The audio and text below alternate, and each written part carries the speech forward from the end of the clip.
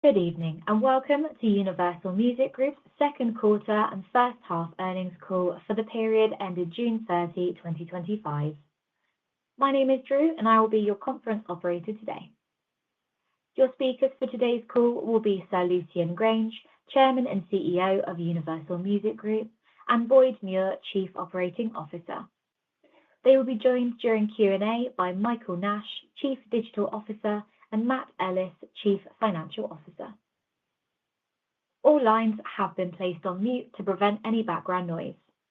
After the speaker's remarks, there will be a question and answer session. If you would like to ask a question during this time, simply press star followed by the number 1 on your telephone keypad. If you would like to withdraw your question, press star followed by the number 2. As a reminder, this call is being recorded. Please also let me remind you that management's commentary and responses to questions on today's call may include forward-looking statements, which by their nature are uncertain and outside of the company's control. Although these forward-looking statements are based on management's current expectations and beliefs, actual results may vary in a material way.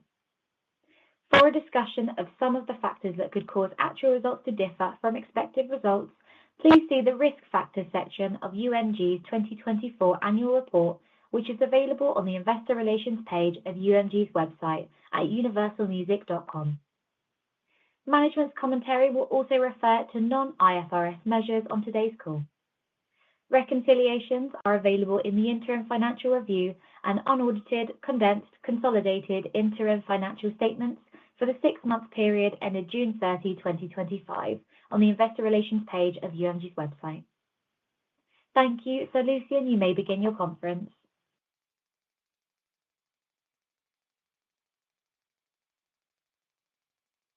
Thank you and greetings to everyone from us here in Hilversum.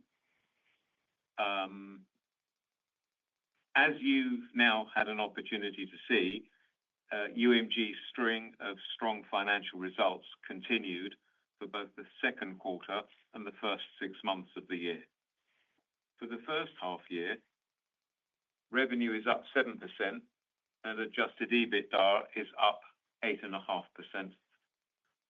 Before Boyd goes into the numbers in greater depth, I want to take a few minutes to walk you through a few achievements of which we're justifiably proud, namely the extraordinary commercial and creative successes that our artists and songwriters continue to achieve around the world, and the ongoing progress we're making on the strategic evolution of our company, driving growth, pursuing new opportunities, and creating greater efficiencies.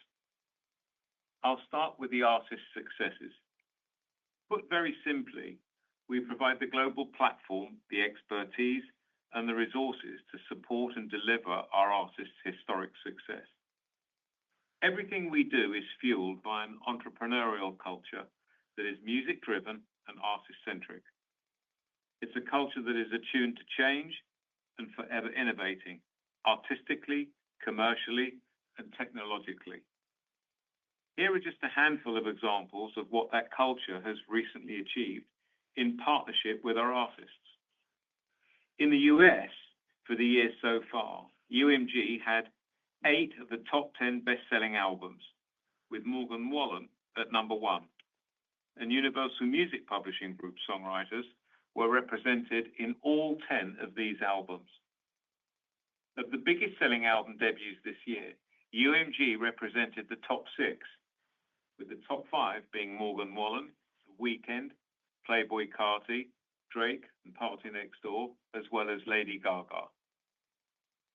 We also had all of the top 6 most streamed tracks for the first half of the year, including 3 from Kendrick Lamar, who had the number 1 song, as well as tracks by Lady Gaga and Bruno Mars, Drake, and Morgan Wallen. UMPG had 8 of the top 10 tracks on this same chart. Not only did Morgan Wallen have the number 1 album in the US for the first half of the year, but he also held the number 1 spot on the Billboard 200 for the entire first 2 months. In the history of the Billboard 200 chart, The only male artists who have spent more weeks at number one than Morgan are Elvis Presley, Garth Brooks, Michael Jackson, and Sir Elton John. Not a bad group to be immediately ahead of.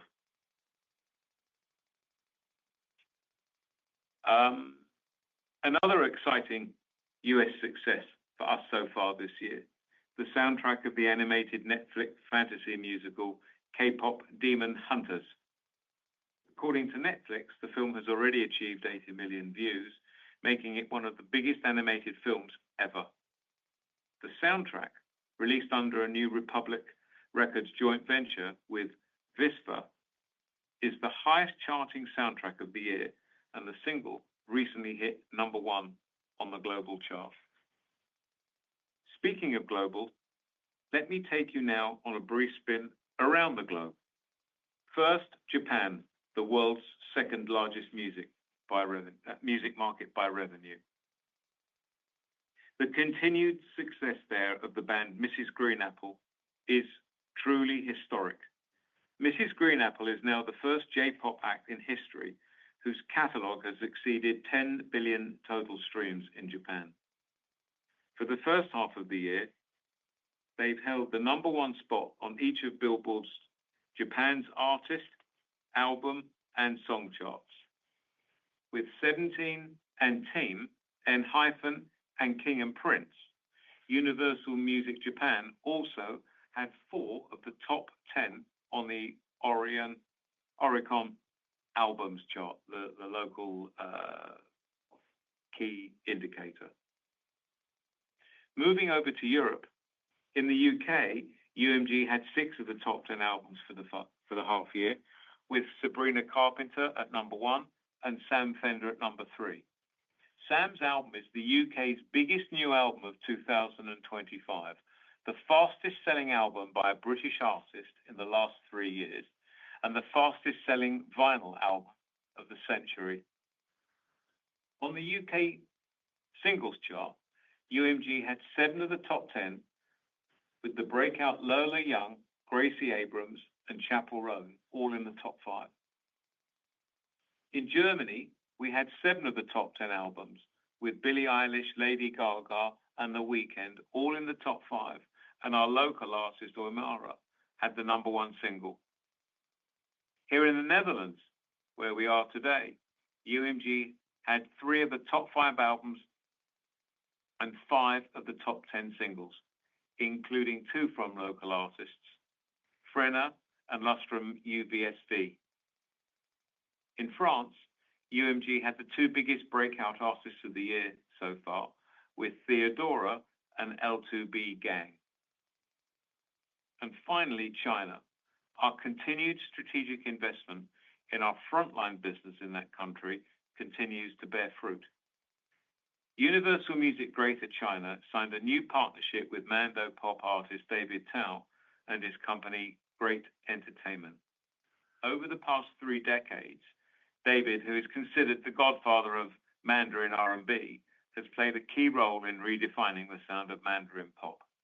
Also in China, we took a meaningful step forward in growing our multi-label operations there with the launch of Deutsche Grammophon China and Blue Note Records China, the latest expansion of 2 of the most iconic and influential labels in classics and jazz.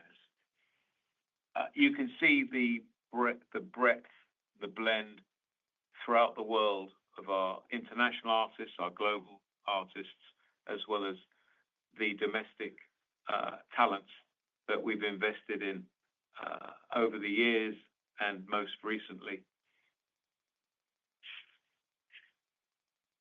I'd like to shift now to the second topic I want to cover, the steps we keep taking to advance our long-term strategy. First, health and wellness. Increasingly scientific research supports what we've intuitively known all along, that music is a powerful force for healing and well-being. For nearly a decade, our company has been a leader in promoting health and wellness advancements in the music space, whether that's FDA-approved prescription digital therapeutics or employing music to support treatments for dementia, anxiety, and more.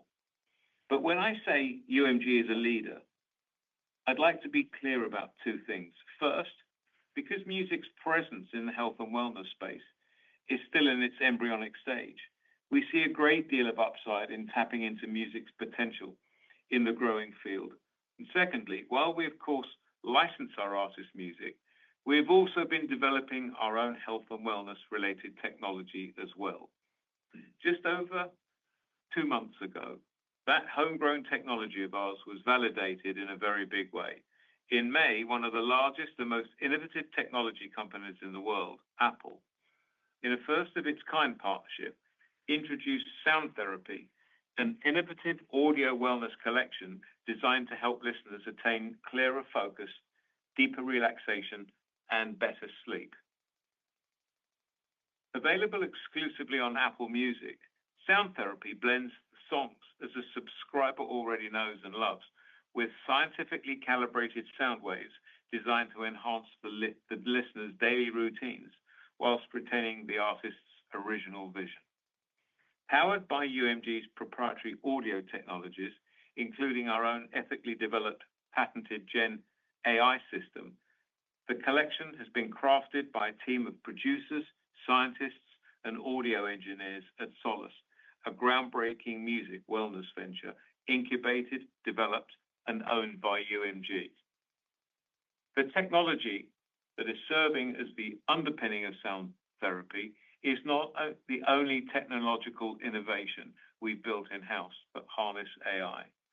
Since 2020, we've been hard at work to bring our expertise to bear on numerous applications that employ artificial intelligence to support artist marketing, analytics, and obviously distribution. And to accelerate and scale the development of our patents, we recently partnered with Liquidax Capital, an IP asset management investing advisory firm. Under the partnership, they will support UMG's efforts, filing patent applications and licensing our technological inventions. Our greatly expanded patent portfolio can then become a catalyst to accelerate introduction of products to the marketplace. Liquidax, on our behalf, has already filed 15 patents in the fields of musical collaboration, multimedia content, and campaign creation, AI threat protection, music administration, and rights management. With our industry-leading track record of consistently developing the most successful artists in the world, quarter after quarter, year after year, we're also taking advantage of some of the many opportunities around extending our label and artist brands into new realms. Take, for example, our investment in virtual artist experiences such as ABBA Voyage, or our experiential hospitality venture, UMG Hotels.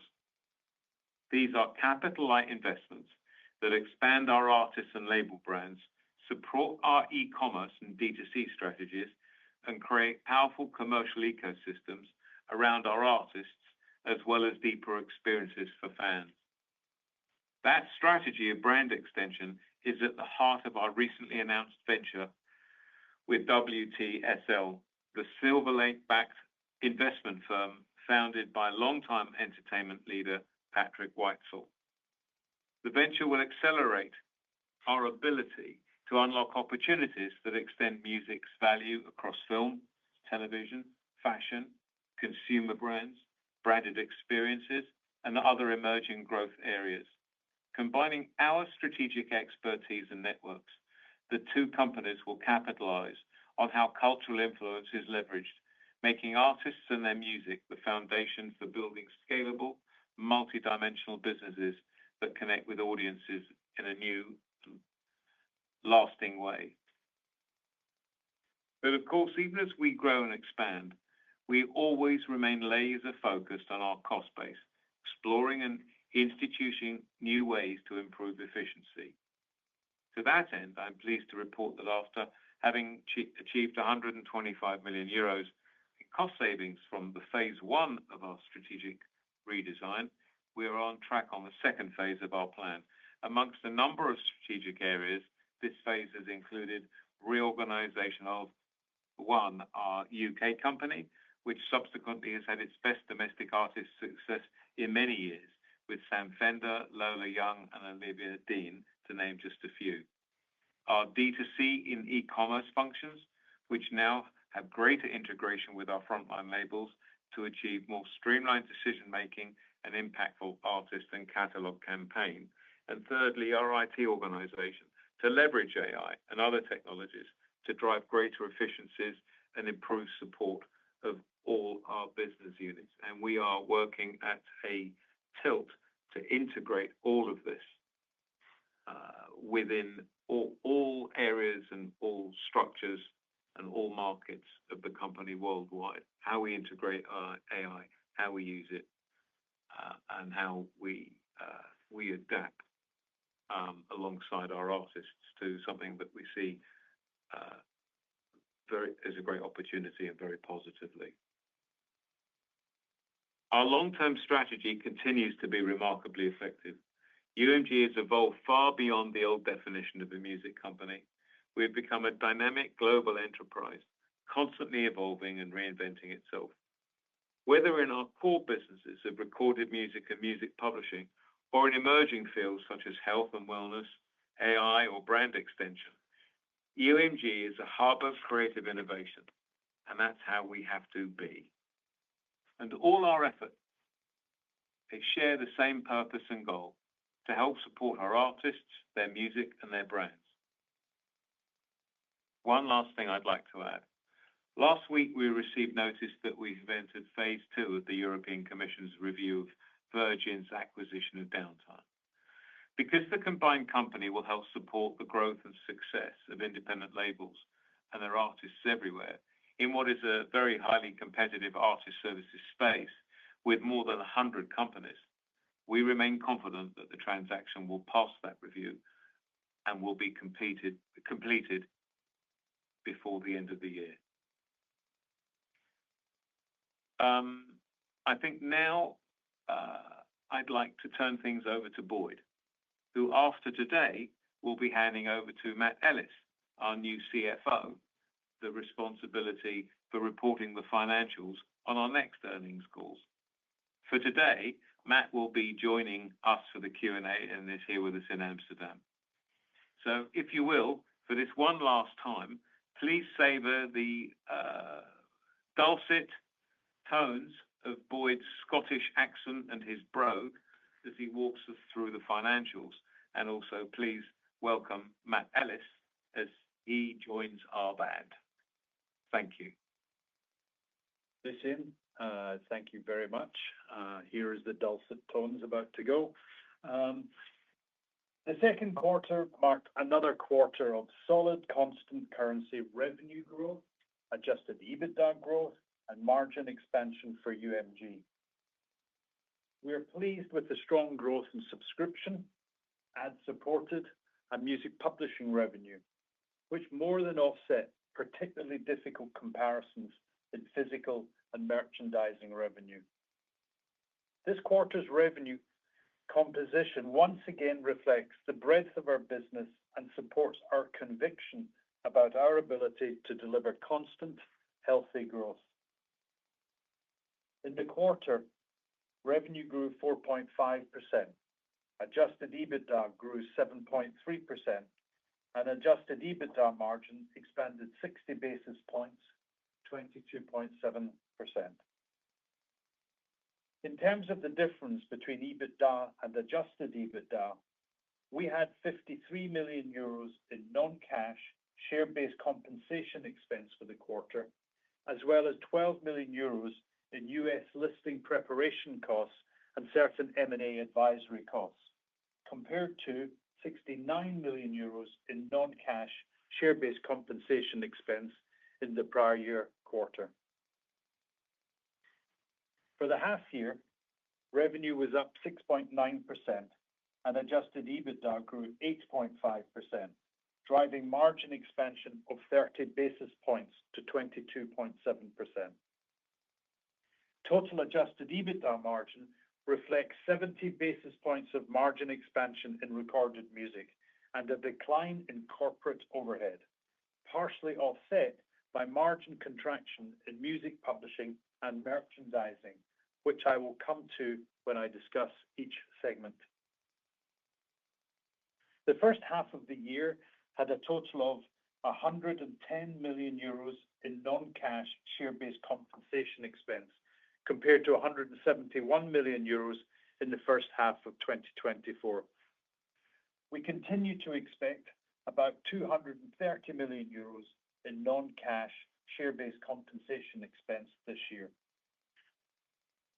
Earnings per share for the first half of 2025 grew to 78 euro cents, up from 50 euro cents, and adjusted diluted earnings per share grew to 48 euro cents, up from 44 euro cents in the first half of 2024.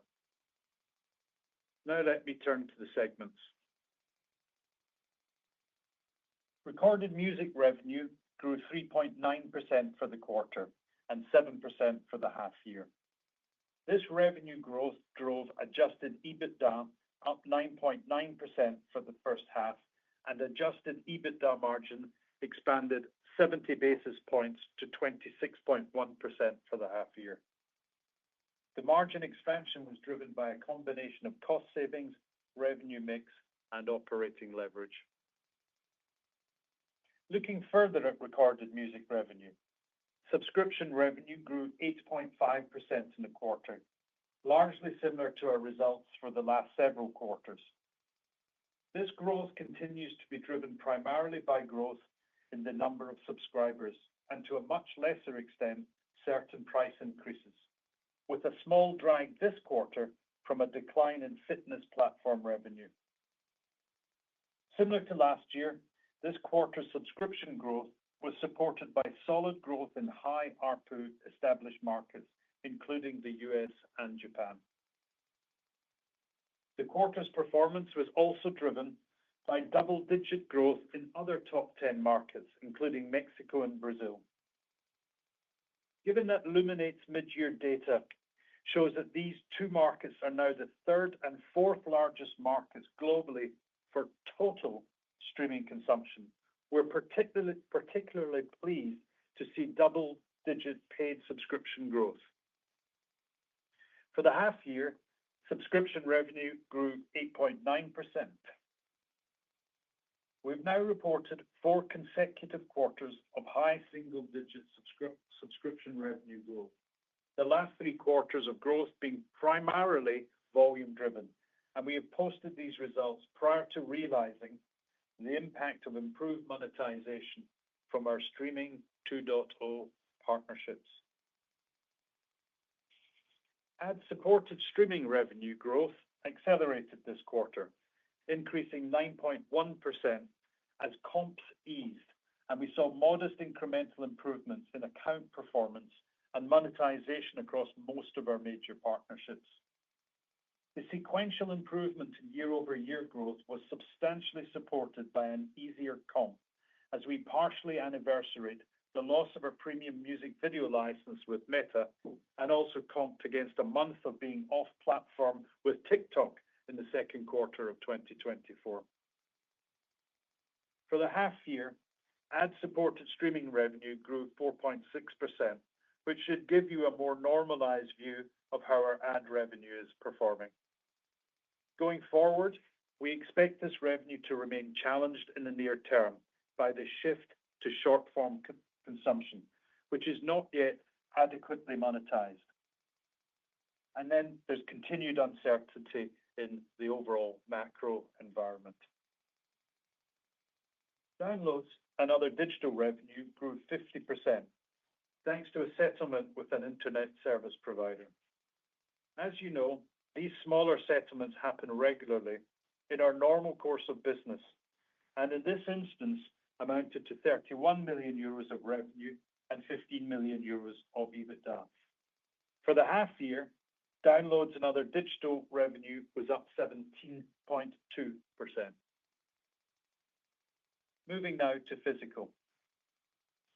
As expected, physical revenue declined 12.4% in the quarter, with the US and Europe down against last year's release of Taylor Swift's The Tortured Poets Department. Physical sales in Japan grew strongly in the quarter, driven by several local releases. For the half year, physical revenues were largely flat, and we continue to expect physical sales for the year to be relatively flat given the difficult comp. Beyond that, we remain excited about the physical revenue opportunity, driven by vinyl and other collectibles, and reflecting an important component of the opportunity around super fandom. Licensing and other revenue had a timing-related decline of 6.5% in the quarter, also as a result of a difficult comp, as last year included improvements in live and audiovisual revenues. For the half year, licensing and other revenue grew 8.6%. Now turning to music publishing. Revenue grew 14.5% in the quarter, with strength across digital, performance, and sync revenues, thanks to the remarkable performance of our songwriters. The strong growth also reflects the chord administration business, as well as our continued success in growing our film and TV administration business. For the half year, music publishing revenue grew 12.1%, and music publishing adjusted EBITDA grew 7.9%, as margin declined 90 basis points as a result of revenue and repertoire mix. Turning now to merchandising. As expected, merchandising revenue declined against last year's extremely strong growth, which was helped by direct-to-consumer sales tied to Taylor Swift's album release and tour. This quarter, merchandising revenue declined 12.7%. For the half year, merchandising revenue fell 10%, or 36 million euros year over year, while adjusted EBITDA declined 21 million euros to negative 3 million euros. The loss is a result of lower revenue and higher manufacturing and freight costs. The higher manufacturing and freight costs were due to partly product mix as well as higher tariffs, which drove a need to find quick solutions for alternative manufacturing. We're taking several steps to improve the profitability of our merchandising business, including investing in our D2C business and working on ways to reconfigure our manufacturing supply chain. As we previously mentioned, this is the only area of our business impacted by tariffs. Net profit for the first half of 2025 amounted to 1.4 billion euros, compared to 914 million euros in the first half of 2024, resulting in earnings per share of 78 euro cents compared to 50 euro cents in the first half of 2024. The increase in net profit includes a 1.1 billion euro increase in the valuation of investments in listed companies, compared to an increase of 565 million euros in the first half of 2024, which was partly offset by the related increase in deferred tax expense. Net profit also included the 110 million euros of share-based compensation expense in the first half of 2025, compared to 171 million euros in the first half of 2024. In addition, net profit reflects restructuring costs of 49 million euros in the first half of 2025, related to our strategic organizational redesign, as well as 12 million euros of costs related to our planned US listing, certain M&A advisory costs, compared to 113 million euros of restructuring costs in the first half of 2024.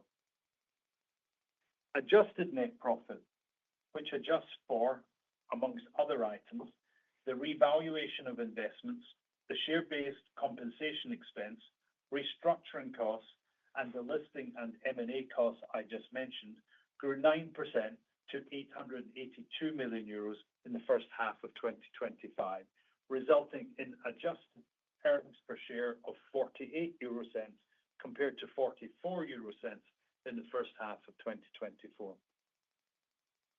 In line with our commitment to pay a dividend of at least 50% of our net profits, the interim dividend for 2025 will be 440 million euros, or 24 euro cents per share. As Lucian discussed, we have begun to implement phase two of our strategic organizational redesign, which we first introduced to you in early 2024. We continue to remodel our organization to enhance our capabilities in the areas most critical to our future growth and success. These changes are strengthening our leadership team, fostering innovation, and creating efficiencies across our business. As a reminder, the overall plan will generate 250 million euros in run rate cost savings and will be implemented by the end of 2026, as expected. We completed phase one of the program in 2024, which resulted in 125 million euros of run rate cost savings, 75 million of which was realized in 2024, with the incremental 50 million realized in the first half of 2025. In late 2024 and early 2025, we commenced our work on implementing phase two of the program. You heard Lucian speak about some of the areas which we are improving our operations. The key areas that we have been addressing as part of phase two of the plan include our direct-to-consumer business, our catalog business, activities in our international operating companies, including the UK and Europe, and central corporate functions such as technology, supply chain, and data and analytics. I'm pleased to announce that phase two is on track and is expected to lead to an additional 40 million euros of realized cost savings in the back half of 2025, bringing the total 2025 realized cost savings to 90 million euros. The phase two actions already taken during 2025, combined with additional actions to be taken in 2025 and 2026, are expected to generate an incremental 85 million euros of realized savings over 2026 and 2027. In 2025, we expect to incur total restructuring charges of about 95 million euros, of which 49 million euros fell into the first half of the year. Now let me turn to cash flow. Our net cash provided by operating activities before income taxes paid for the first half of 2025 increased 11.9% to 488 million euros. This improvement is driven by the strong growth in operating profit, partially offset by an increase in net royalty advance payments, which amounted to 377 million euros, up from 315 million euros in the first half of 2024. This increase was due to the timing of certain major artist deal renewals and extensions, including in music publishing. In addition, the increase in net cash provided by operating activities was also offset by the 61 million euros in cash restructuring related to the organizational redesign. Net cash provided by operating activities also reflected 95 million euros that we paid to settle employee tax liabilities arising from equity plan grants and associated obligations. You will recall that for the past 3 years, we've opted to fund the taxes with cash rather than issue shares, which reduces the dilutive impact of the grants. In total, we have used 420 million euros in cash to fund these taxes over the past 3 years, which has lessened shareholder dilution by just under 1%. Even with the increase in royalty advances and the payments made to cover employee tax obligations, free cash flow before investing activities was 143 million euros in the first half of 2025. Let me remind you, the second half of the year is a consistently stronger cash generating period for our business. We also continued our long-term strategic investment into the business. We paid 149 million euros for catalog acquisitions in the period, although about half of which are catalogs that will be moved into the Cord vehicle in the coming months. Cord is successfully raising capital and building a strong deal pipeline. The structure is working exactly as we envisaged, enabling us to move quickly to acquire high-quality catalogs without significant capital allocation over time. To maintain our share of ownership in the vehicle, we also made a €30 million incremental equity investment into the business in the first half of the year. This is included in our other investing activities, which totaled €173 million, and also included a number of additional strategic investments, such as our majority stake in A-Sketch in Japan.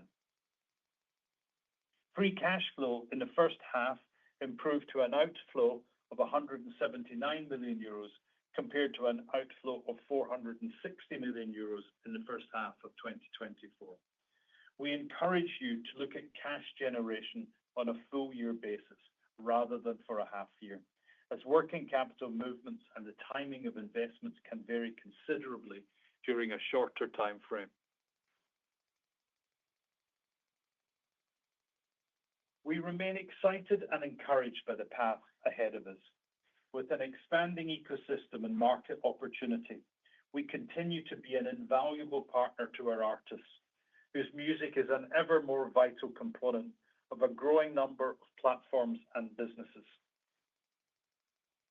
Before I close, let me note that on July 21st, we announced that we had confidentially submitted a draft registration statement to the SEC relating to a proposed U.S. public offering of our ordinary shares held by certain shareholders. Due to U.S. securities rules, we're unable to provide any further details at this time, but we look forward to sharing additional information when we are able to. So thank you.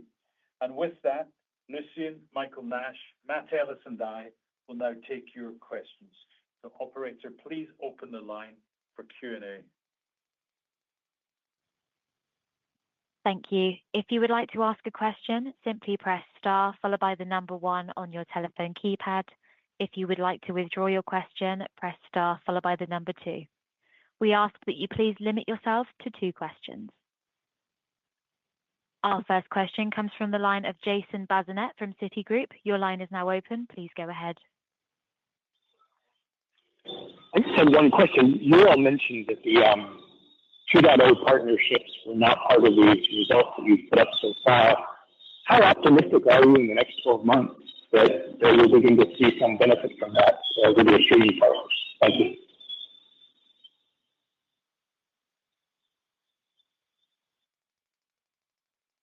Jason, thank you for your question. You were breaking up a little bit. If I can rephrase and please correct if we got your question wrong.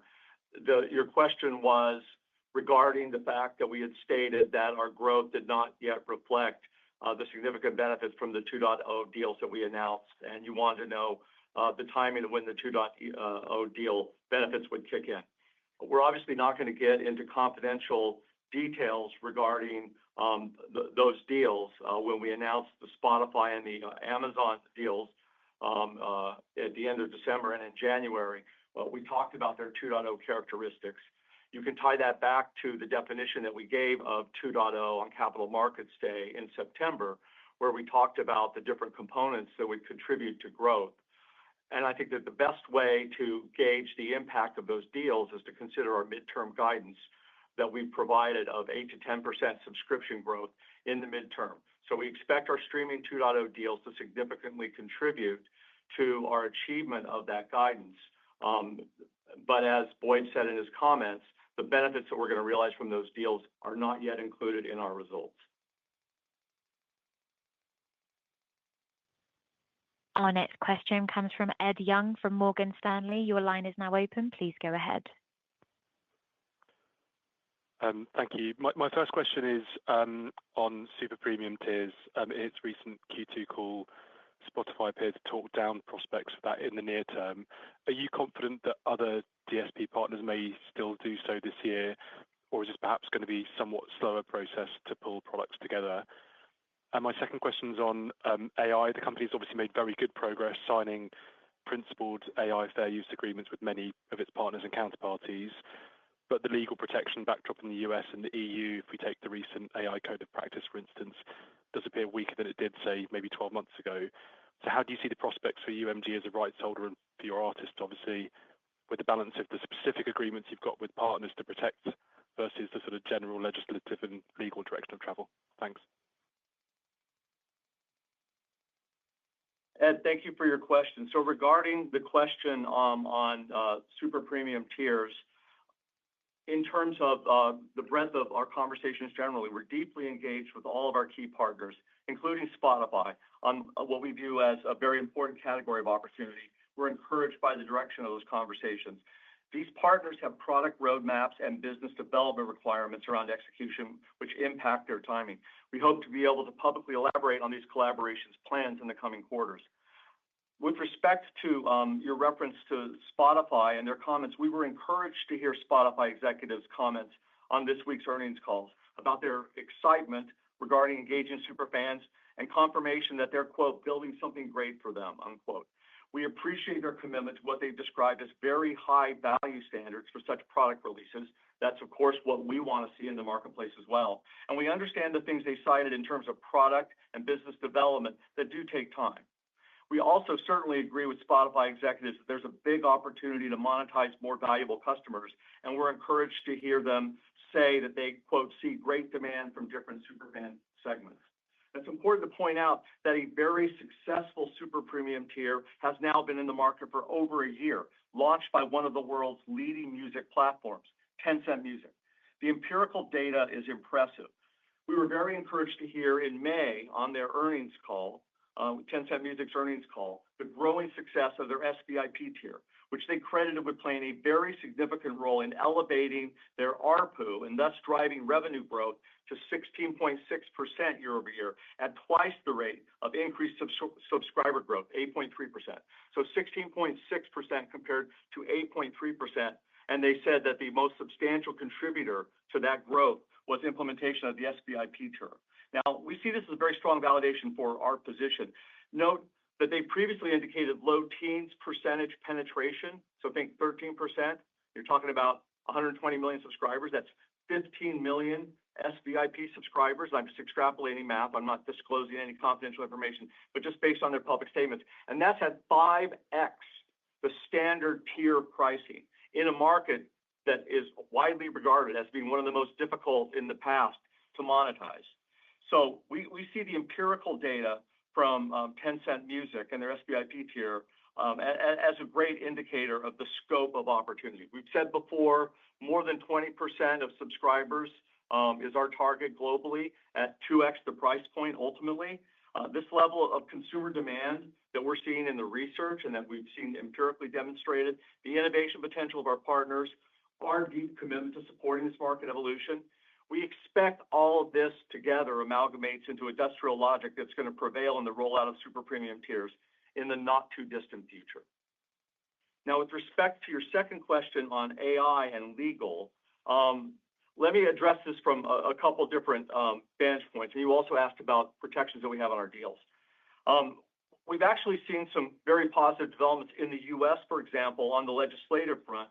Just last week, Senators Hawley and Blumenthal introduced bipartisan legislation to very specifically prohibit AI training on copyrighted works without permission.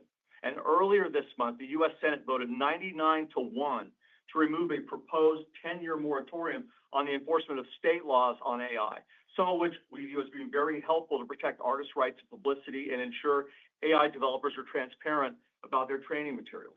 In the EU, the AI Act has been enacted and it'll start to take effect for various platforms. It's not comprehensive and specific implementations still work in progress, but it has some positive features such as provisions requiring transparency on the part of AI companies. And in the UK, the creative sector's advocacy effort has been very strong.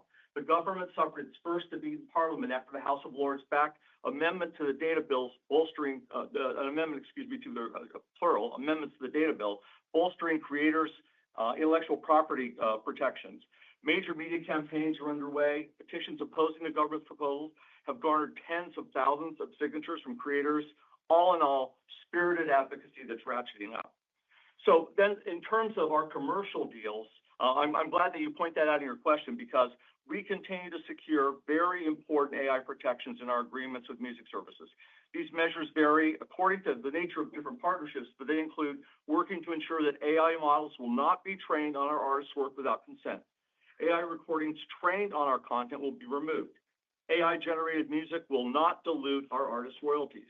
And AI content that misappropriates our artists' identities and infringes upon their right of publicity will also be removed. And various monitoring requirements are also included in these agreements. And I would say finally, to echo Sir Lucian's comments earlier, we believe that we will be able to effectively work to ensure that our artists' rights and interests are advanced and on balance, that AI innovation is going to be a significant net positive for the music industry. I'd like to add, actually, thank you for that, Michael. With all of these products that we talked about in terms of super premium, Spotify, etc., that getting the product right is more important to us than launching it too early. And I really want to emphasize that we've got specific views on what we believe the fans want based on our own extensive consumer research that we've so done and shared with the platforms. And what we like about that is they've got their own data as well. And so they have each of them has their own views on their own unique customers, consumers, and roadmaps. And we're kind of blending them together. Finding, I suppose, the right marriage of this is absolutely essential, and it takes time. I'd love to say that it will be in 89 days or 91 days. We are not going to do anything to jeopardize the quality or the value of what the product is in order to rush it out. And I wouldn't expect them to either. We continue to be bullish about the enormous opportunity of the superfan. And I know that it's a view that over this next period that we share with each platform on AI, I've been through so many technological changes, and the industry has for the last 70, 80, 90 years. And every time we've been through a change, it's been an enormous positive. Over this period, over this most recent period, we've enabled numerous and many entrepreneurs, and we're in dialogue with so many, if not all of the important players in the AI space. Some of them we've announced deals with, and others, there are constitutions and ideas and products and partnerships which are in the works. So I just thought I'd add that on top of what you've said. Our next question comes from Julian Roch from Barclays. Your line is now open. Please go ahead. Yes, good evening. My first question is, you grew subscription streaming in Q1 9.3%, 8.5% in Q2. Warner did 4% in Q1, consensus at 4% for Q2. Sony did 4% in Q1, and all that consensus for Q2. So it looks like you are significantly outperforming peers, which is great. But when I look at available market share, Luminate in the US, for instance, your market share again don't seem to explain all of the outperformance. So I was wondering whether there's an extra factor in your subscription streaming growth in H1 on top of market volume or market share, for instance, change in some contract terms or something else or nothing. That's my first question. And then the second one, going back to last year, you reported 9% subscription streaming in Q4, but you said it was actually 7.2% because there was a phasing of a deal where you got paid more in Q4 versus previously. And so Q2 and Q3 should have been higher growth, but I don't think you ever gave us what the underlying growth was in Q2 and Q3 last year. Thank you.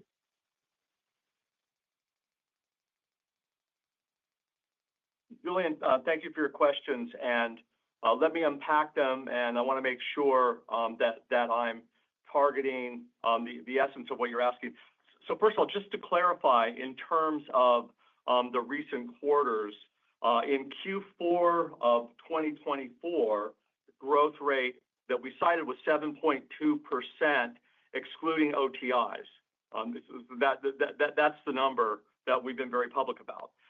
It was 9.3% in the first quarter of this year, and then we just reported 8.5% for the second quarter of this year. And in fact, going back 4 quarters, we've essentially been in this range, 8% or higher in our subscription growth. So we've been pretty consistently delivering that.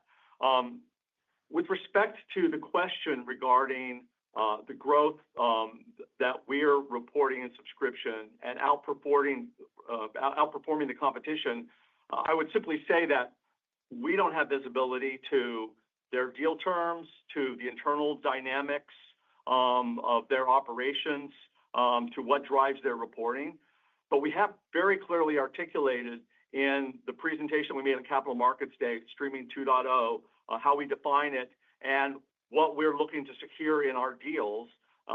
We believe because of the incredible performance of our artists and songwriters, the strength of our repertoire, that we are well positioned to work with the platforms on win-win deals that secure fair economics, that reward us for the value that we bring to their platforms.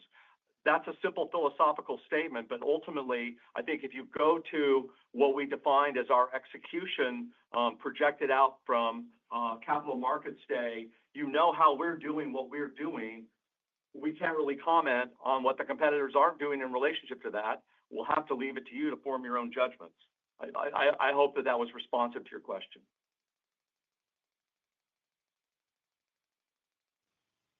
Our next question comes from the line of Rich Greenfield from Lightshed Partners. Your line's now open. Please proceed. Hi, this is Mark Kelly on for Rich. Thanks for taking the question. There's clearly a desire among consumers to use AI to interact and create and alter music. So could a super premium tier morph towards those AI features in 2026?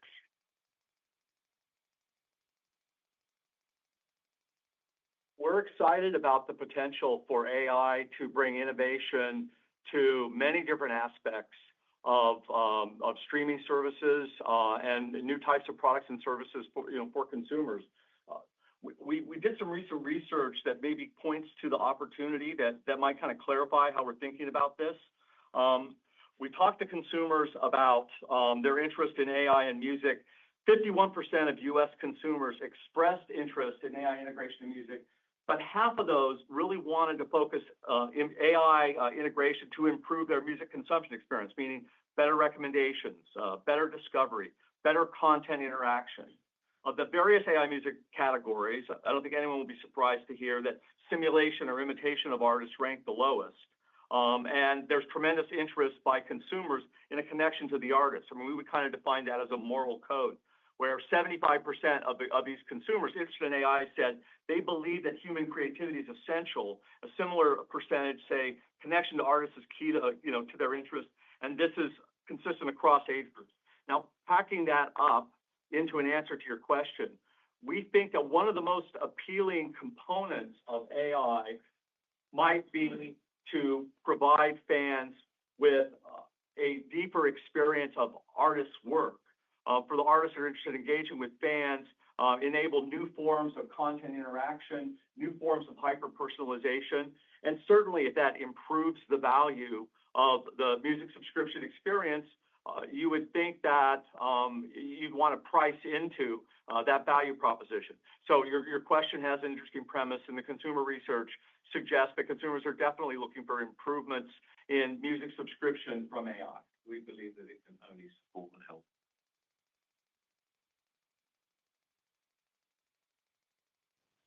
Our next question comes from Lisa Yang from Goldman Sachs. Your line's now open. Please proceed. I have 2 questions, please. The first one is on the margins.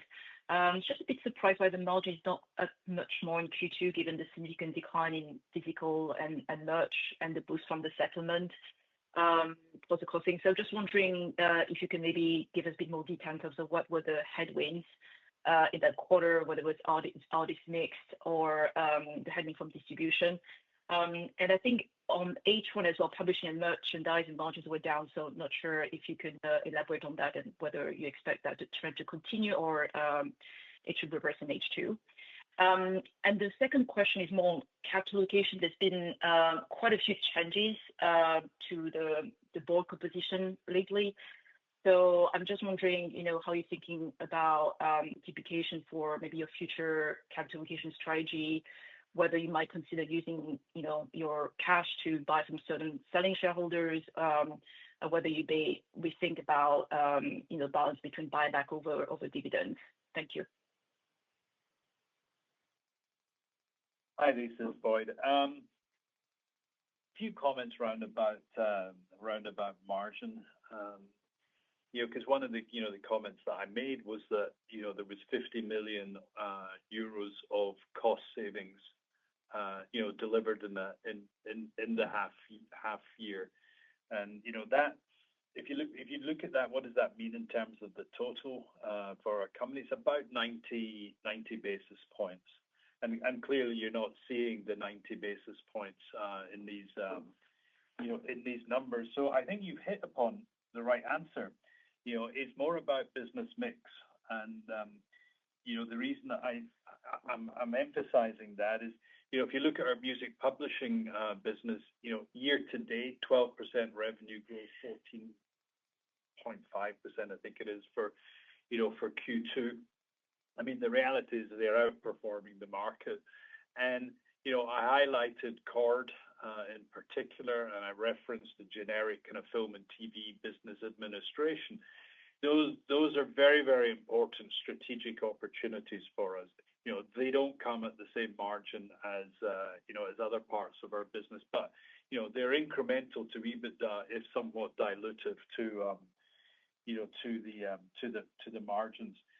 Just going back again to recorded music, the margins in recorded music expanded 70 basis points, so closer to what I was mentioning about the 50 million in terms of cost savings. The majority of the cost savings sit in recorded music and also at the kind of the consolidated UMG level. So I think the way to look at it is, and let me go talk as well about the merchandising, because if you look at the merchandising, although the revenues were down for the reason that I mentioned, just because of the comp to last year, the reality is that we also had, over and above that, the kind of impact in terms of our manufacturing and freight costs, where we had to kind of scramble somewhat to change the sourcing of our products in merchandising for the reasons that I gave, which is tariffs. So the fundamentals of the business in recorded music, I don't think there's anything to be concerned about there.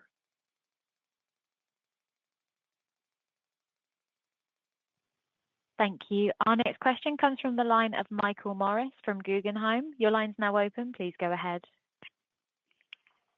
Thank you. Good afternoon. A couple of questions. One, can you share where you stand on the streaming 2.0 renewals with your other major partners, not Spotify or Amazon? Any update on progress, or what the time frame might be? And do these new deals, in the past, you've spoken about your compensation being on the greater of, with the per subscriber minimums being a component of that.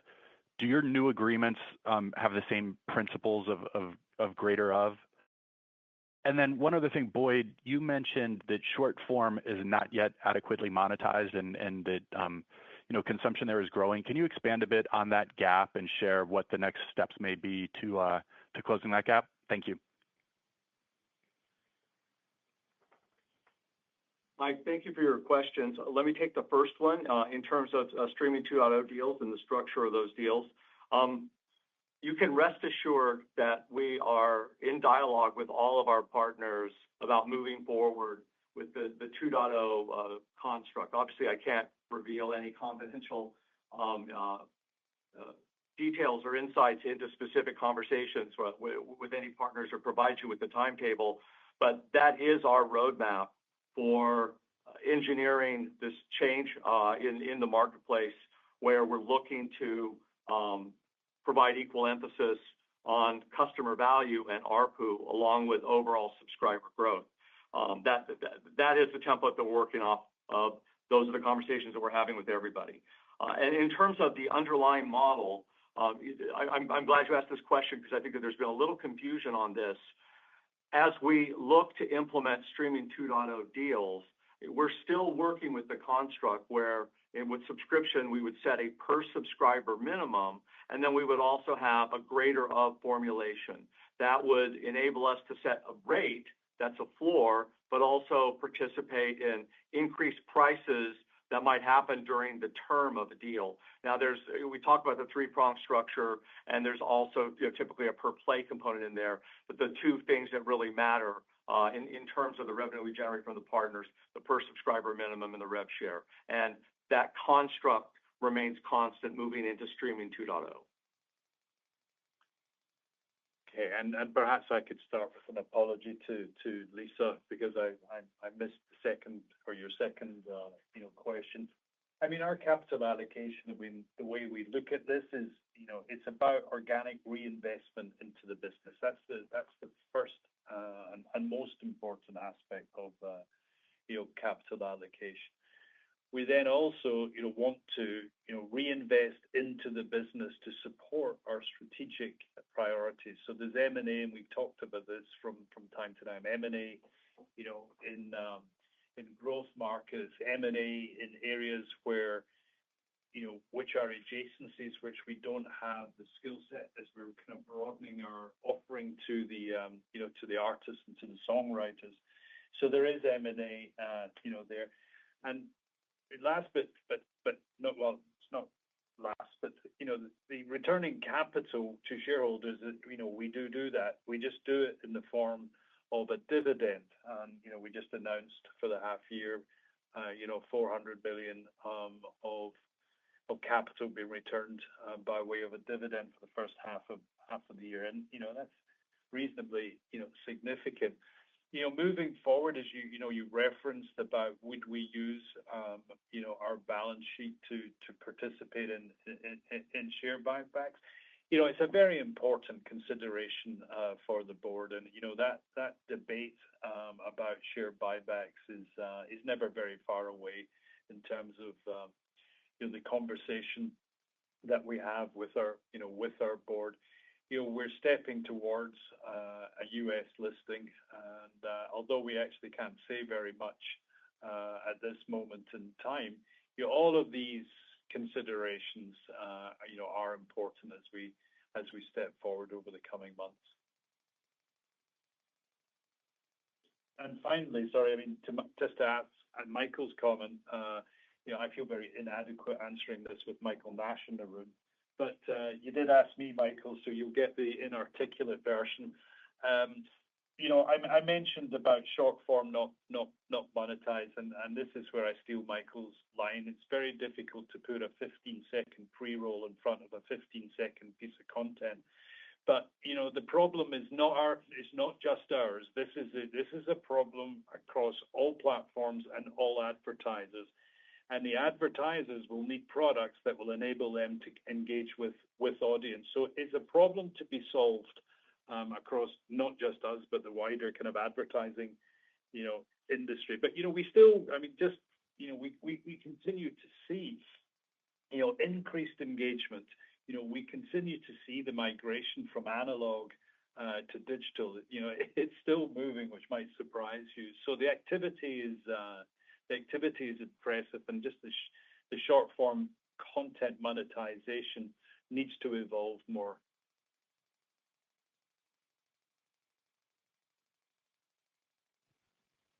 Thank you. That concludes today's Q&A session. Therefore, that concludes today's call. Thank you all for joining. You may now disconnect your line.